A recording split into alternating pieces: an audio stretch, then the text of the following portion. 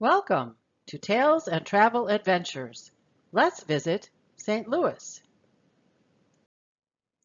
Hello, my name is Mary Beth Reitner. I am a retired librarian. In 2008, I developed a program called Tales and Travel. This is the fifth in a series of programs adapting Tales and Travel for online use by groups or individuals. There are two ways to use this program. First, you can just listen and follow along as I read the narrative that accompanies each slide. Or, you or your partner can turn down the volume and use the controls to pause each screen so that you can read the narrative out loud yourself. You might also want to talk with your partner about what you are seeing or about any memories that come to mind. St. Louis is the second largest city in Missouri. It's located on the western side of the Mississippi River. French explorers claimed the area for France in the 1600s. Fur traders helped to establish the city in 1764. France sold St. Louis to the United States as part of the Louisiana Purchase in 1803. St. Louis is famous for the Gateway Arch, which commemorates our country's westward expansion.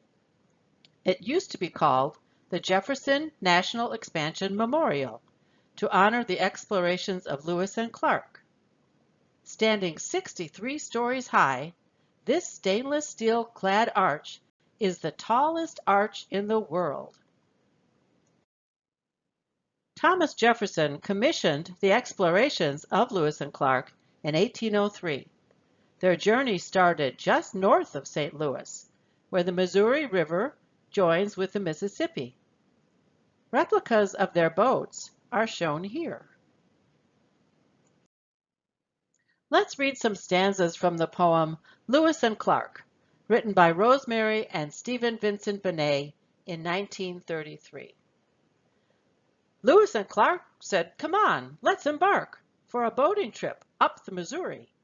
It's the president's wish, and we might catch some fish, though the river is muddy as fury."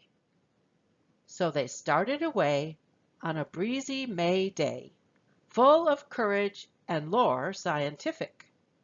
And before they came back, they had blazed out a track from St. Louis straight to the Pacific. There's a lot to see and do in St. Louis. Let's start the day by going to the Gateway Arch National Park Visitor Center to buy tickets for the trip to the viewing area at the top of the arch. Well, we can't get tickets until this afternoon, so let's walk around nearby areas while we are waiting. The old courthouse is also part of the national park. Two pivotal Dred Scott cases were heard here in 1847 and 1850. The cases eventually went to the U.S. Supreme Court, where it was decided that African Americans did not have a right to citizenship. This decision hastened the coming of the Civil War, which in turn led to the end of slavery. We can go inside to see the beautiful dome and a restoration of the historic courtroom. Not too far away is Busch Stadium, where the St. Louis Cardinals baseball team plays their games. From the street, you can peek inside the fence to see the field. There's no game today, so the stadium is empty. But there is more activity at the restaurants and bars across the street from the stadium. You can see the Gateway Arch looming in the distance behind the buildings. We still have time to take a riverboat ride on the Mississippi River. We get on the boat just below the Gateway Arch. The boat has a giant paddle wheel.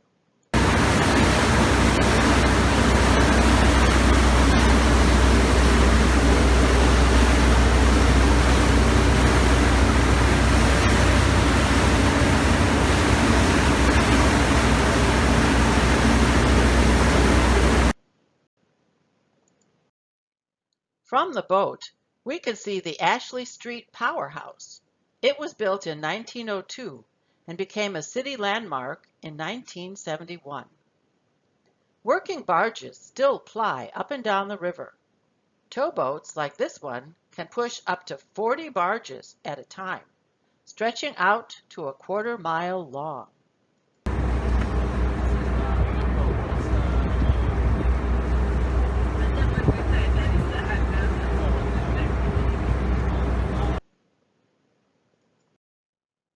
It's finally time to go to the top of the arch.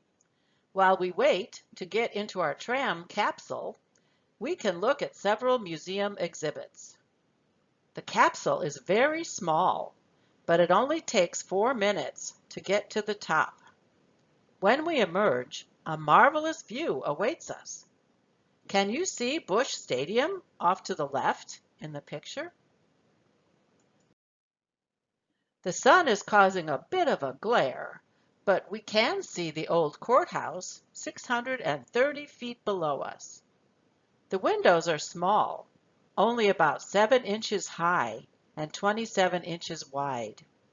They are made of 3/4-inch thick plate glass, but we can still take some pretty good pictures. Let's turn around and look out the windows on the other side. We are now looking east across the Mississippi River to the state of Illinois. On a clear day, they say you can see 30 miles away. Look at the beautiful shadow of the arch created by the setting sun. After the sun sets, the stainless steel of the arch gleams in the light of the spotlights below. Tomorrow, we will explore other areas of the city and beyond. Today, we'll take a car to visit places outside of the city center. Our first stop will be Forest Park, a 1,326-acre park on the west side of the city. Forest Park was the location for the St. Louis World's Fair in 1904, as well as the Summer Olympics that same year. The park is home to the zoo, as well as the Art, History, and Science museums. This Art Deco greenhouse is known as the Jewel Box.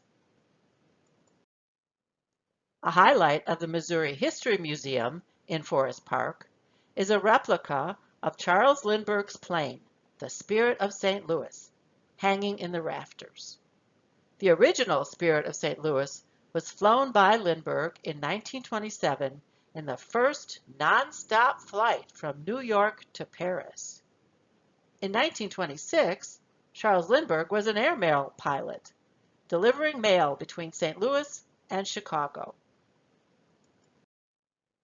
Let's stop at this famous frozen custard stand for a concrete, a malt or shake so thick that it's served upside down.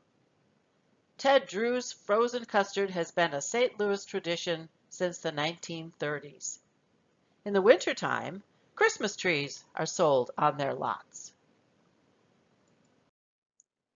A half-hour drive will take us to Defiance, Missouri, where frontiersman Daniel Boone died in 1820 at age 86.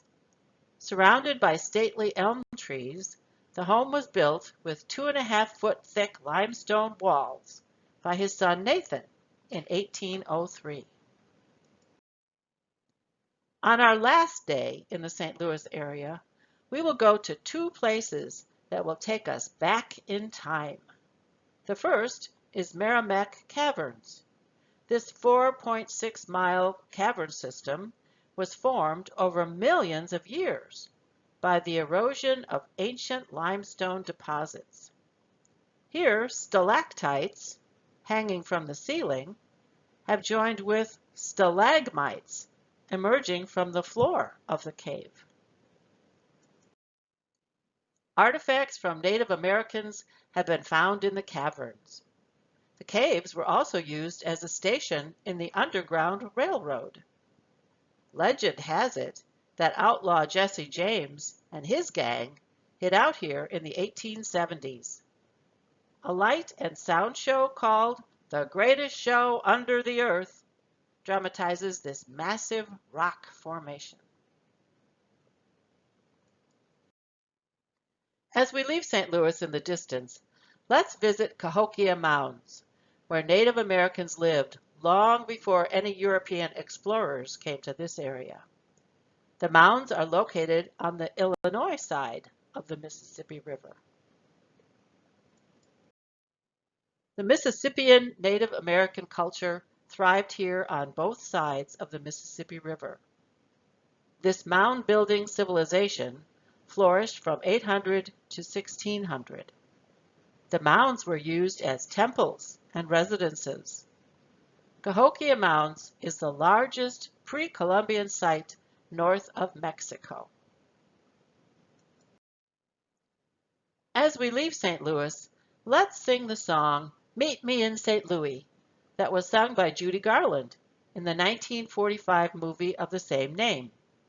The movie takes place at the time of the 1904 St. Louis World's Fair. I will play the melody on my flute, and you can sing along, using the lyrics on the following screen.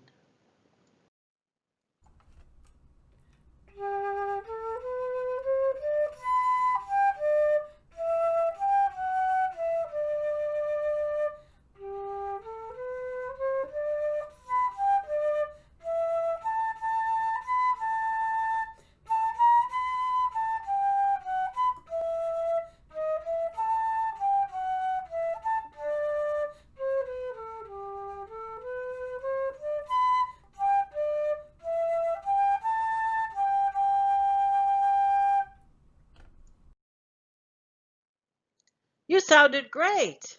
If you want to sing the song again, just rewind the recording back a little way. If you are using this program with someone else, the next screen will make some suggestions for starting a conversation about St. Louis. Here are some suggested topics for conversation. Have you ever visited St. Louis? Do you have any family or friends from St. Louis? What do you think of when you think of St. Louis? Things to see and do? History? Sports? Music? Food? Anything else? Here are some additional activities. I have 2 more ideas for fun things you can find by searching the internet for free word search puzzles or searching the internet for free coloring pages. See the next 2 screens for examples. You are welcome to download and print this puzzle to play offline or share with friends using this link. If you are artistically inclined, you might enjoy finding free coloring pages online. Try doing a Google search with terms such as Free Coloring Pages St. Louis.